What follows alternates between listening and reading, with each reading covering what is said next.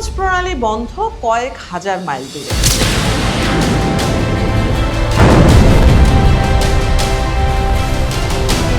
আর এখানে বসে আপনি ডুবছেন ঘোরতর অন্ধকারে। আপনার হাতে তেমন কোনো বিকল্প নেই, আপনি কেবল নীরব দর্শক। তেলের পাম্পে লম্বা সারি, কখনো আবার তা নিয়ে তুমুল মারামারি।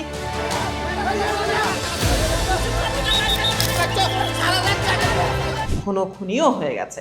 তেলে টান পড়লে কেবল আপনার গাড়ির চাকা থামবে না, বন্ধ হয়ে যাবে ঘরের লাইট, ফ্যান, এমনকি প্রিয় মুঠো ফোনটিও। নিশ্চয়ই এমন খবর শুনে আপনার খুব অসহায় লাগছে, নিরুপায় বোধ করছেন খুব। দাঁড়ান, এত দ্রুত হতাশ হলে চলবে না। আপনার জন্য হতাশ হওয়ার মতো আরও এক বড় খবর আছে। দর্শক, আপনি গাড়ির স্টিয়ারিং ছেড়ে সিট বেল্টটা খুলে ফেলতে পারেন, কারণ ইরান যুদ্ধের প্রভাবে বিশ্বের প্রথম দেশ হিসেবে তেল শূন্য হয়ে যেতে পারে বাংলাদেশ। এই খবরটি এখন আর স্রেফ আশঙ্কা নয়, বরং এটি এখন ভয়াবহ বাস্তবতা।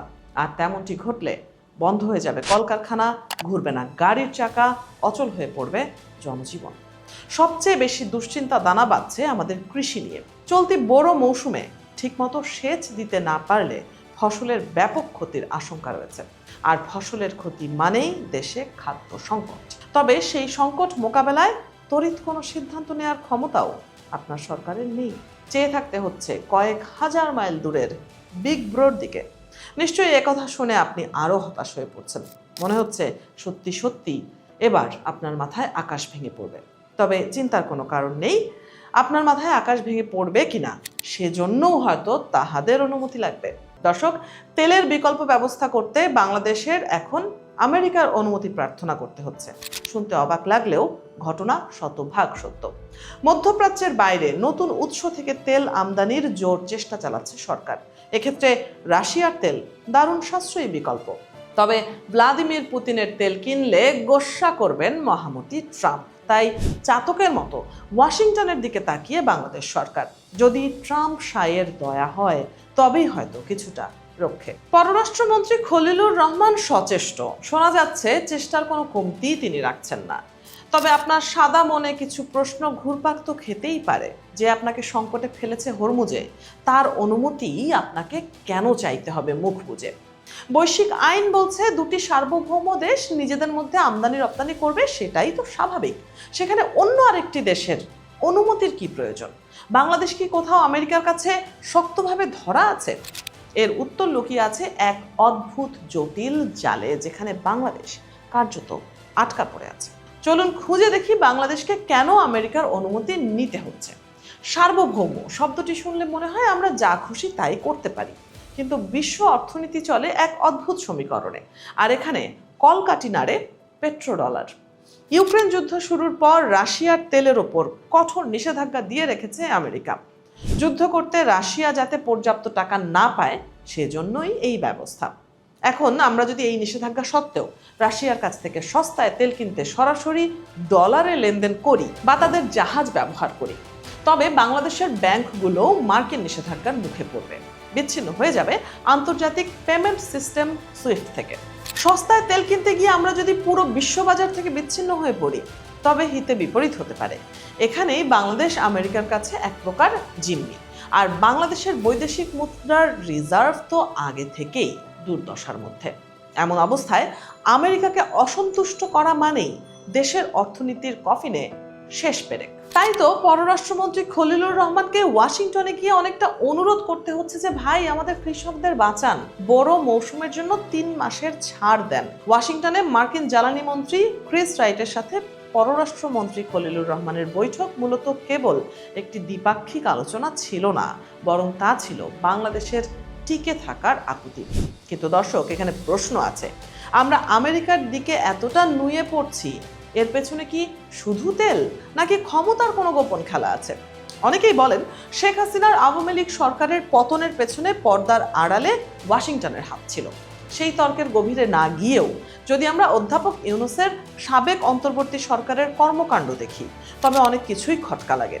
জাতীয় নির্বাচনের ঠিক আগ মুহূর্তে তড়িঘড়ি করে গত 9 ফেব্রুয়ারি আমেরিকার সাথে এগ্রিমেন্ট অন রেসিপ্রোকাল ট্রেড সই করে অন্তর্বর্তী সরকার।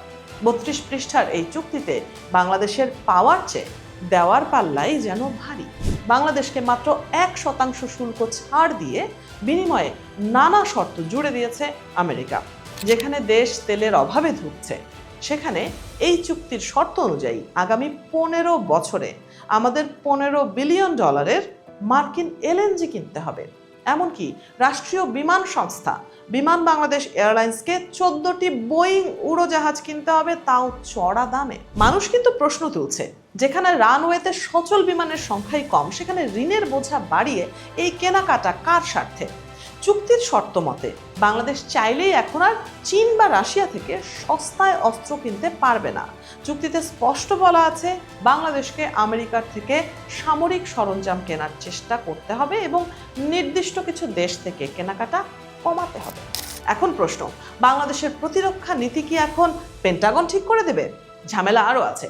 ভবিষ্যতে বাংলাদেশ এমন কোনো দেশ থেকে পারমাণবিক জ্বালানি বা চুল্লি কিনতে পারবে না যাকে আমেরিকা ঝুঁকিপূর্ণ মনে করে। এমনকি আমাদের বন্দরের লজিস্টিক্স প্ল্যাটফর্মে মার্কিন নজরদারির সুযোগও তৈরি করে দেওয়া হয়েছে। এর ফলে দেশের স্পর্শকাতর তথ্যগুলো কি বিদেশের হাতে চলে যাবে না? চুক্তির পরপরই বিশ্লেষকরা কিন্তু বলেছিলেন, এটি স্রেফ একটি বাণিজ্য চুক্তি নয়, বরং বাণিজ্যের অস্ত্রায়ন। বাংলাদেশি পণ্যের ওপর মাত্র 1% শুল্ক কমানোর বিনিময়ে বাংলাদেশ তার দীর্ঘমেয়াদী অর্থনৈতিক ও প্রতিরক্ষা স্বাধীনতা আমেরিকার হাতে তুলে দিয়েছে। নির্বাচনের আগ দিয়ে কেন এমন একটি চুক্তি সই করা হলো যা পরবর্তী নির্বাচিত সরকারগুলোর হাত পা বেঁধে ফেলবে? কেন একটি গণতান্ত্রিক সরকারের জন্য অপেক্ষা করা হলো না? এর পেছনে কি কোনো অদৃশ্য শক্তির চাপ ছিল? চুক্তির 4.3 অনুচ্ছেদ অনুযায়ী আমরা যদি চীন বা রাশিয়ার সাথে কোনো মুক্ত বাণিজ্য চুক্তি করি, তবে আমেরিকা এই সুবিধা কেড়ে নেবে। এটি কি আমাদের সার্বভৌমত্বের উপর সরাসরি আঘাত নয়? দর্শক, অন্তর্বর্তী সরকার বিদায় নিয়েছে, ক্ষমতায় তারেক রহমানের বিএনপি সরকার, কিন্তু পরিস্থিতি বদলেছে কতটা? বাংলাদেশের আপামর জনতা ঐতিহাসিকভাবেই ফিলিস্তিন বা ইরানের প্রতি সহানুভূতিশীল। ইরানও বাংলাদেশকে সবসময় বন্ধু রাষ্ট্র হিসেবে দেখে এসেছে, কিন্তু বর্তমান রাজনৈতিক সমীকরণ ভিন্ন। তারেক রহমানের সরকার কোনোভাবেই আমেরিকাকে খেপাতে চাইছে না। ইরান ইসরায়েল যুদ্ধে সরকারের দেয়া বিবৃতিটি বিশ্লেষণ করলে দেখা যায় সেটি কার্যত আমেরিকার প্রচ্ছন্ন সমর্থন বা অন্তত তাদের নীতির বিরোধী নয়। ইরান যখন বাংলাদেশকে পাশে আশা করছে, তখন সরকারের এই আমেরিকা ঘেঁষা অবস্থান তেহরানকে কষ্ট দিয়েছে। কিন্তু ক্ষমতার রাজনীতি বড় নিষ্ঠুর।